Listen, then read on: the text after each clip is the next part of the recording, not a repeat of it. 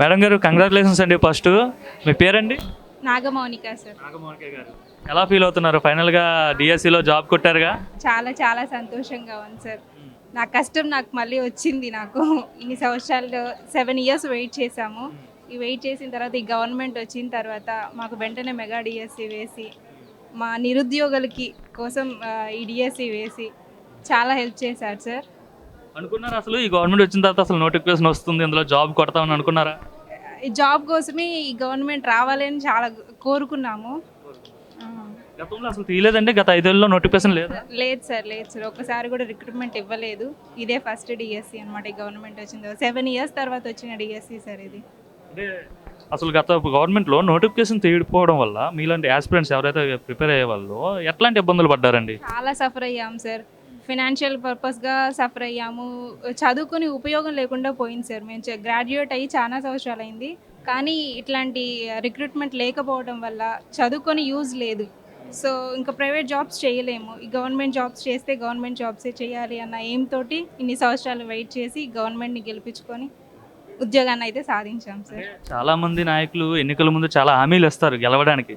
అట్లనే చంద్రబాబు గారు కూడా మెగా డిఎస్సి తీస్తా అని చెప్పారు. ఆయన చెప్పినట్టే కాకుండా గెలిచిన తర్వాత మొదటి సంతకం కూడా మీ మెగా డిఎస్సి పైన పెట్టడం ఎలా అనిపిస్తుంది? చాలా చాలా హ్యాపీ సార్. అదైతే మాకు చాలా ప్లస్ అయిందని చెప్పుకోవాలి. ఈ ఫస్ట్ సైన్ మాత్రం ఈ మెగా డిఎస్సి మీద చేసి మాకు చాలా హెల్ప్ చేశారు సార్ చంద్రబాబు నాయుడు గారు. అసలు మీ ఇంట్లో ఎలా, అసలు ఫ్యామిలీ బ్యాక్గ్రౌండ్ ఏంటి అసలు మీరు? మా హస్బెండ్ రైల్వేలో చేస్తాడు సార్, రైల్వే ఎంప్లాయీ. 2 పిల్లలు ఉన్నారు సార్. ఇంకా పిల్లల్ని చూసుకుంటూ జాబ్ అయితే ఫ్రీ కోచింగ్ ఇచ్చారు కదా సార్ బీసీలకి. స్టడీ సర్కిల్లోనే చదువుకున్నారా? గవర్నమెంట్ పెట్టింది సరే సార్, అందులోనే ఫ్రీ కోచింగ్ తీసుకొని 3 మంత్స్ ఇచ్చారు సార్. తర్వాత ఆన్లైన్ టెస్ట్లు కూడా రాసుకుంటూ ఇలా జాబ్ అయితే వచ్చింది. వైఫ్ ఫ్యామిలీ ఒక పక్క చదువు, ఎట్లా రెండు ఎలా మేనేజ్ చేస్తారు? కష్టంగానే ఉండేది సార్, కానీ పట్టుదల ఉంటే ఏదన్నా సాధించవచ్చు అని మాత్రం ఒక చేశాం సార్. గవర్నమెంట్ సపోర్ట్ ఎలా ఉంది? ఎందుకంటే మీరే అంటున్నారు బీసీ స్టడీ సర్కిల్లో మీరు చదువుకున్నారని చెప్పేసి, అక్కడ కోచింగ్ తీసుకున్నా అని చెప్పేసి. సార్ ఆఫ్లైన్ అయిపోయిన తర్వాత కూడా ఆన్లైన్లో కూడా ఫ్రీ కోచింగ్ అవైలబుల్ ఇచ్చారు సార్ మాకు. వేరే సామ్ ఇన్స్టిట్యూట్ ద్వారా అని చెప్పేసి ఆన్లైన్లో టెస్ట్లు పెట్టేసి క్లాసెస్ చెప్పి exam up to DSC exam రాసేంత వరకు కూడా హెల్ప్ చేశారు. ఇలా అంటే డిఎస్సీ అనే కాదు, ఇట్లా జాబ్స్ ప్రిపేర్ అయ్యే వాళ్ళకి ఇలా స్టడీ సర్కిల్ పెట్టే, బీసీ స్టడీ సర్కిల్ అని లేదంటే పెట్టేసి గవర్నమెంట్ సపోర్ట్ చేయడం స్టూడెంట్స్కి ఏ విధంగా యూజ్ అవుతుందండి? చాలా యూస్ఫుల్ సార్. ఇలా గవర్నమెంట్ మంచి ఎయిమ్తో అయితే కోచింగ్ ఇవ్వడానికి ట్రై చేసింది. దాన్ని అయితే మేము మంచిగా యూటిలైజ్ చేసుకున్నాము. ఫైనాన్షియల్ సపోర్ట్ దొరికినట్టే కదా ఈ విధంగా? ఎస్ సార్, తప్పకుండా తగ్గింది కొంత సార్. అవును సార్.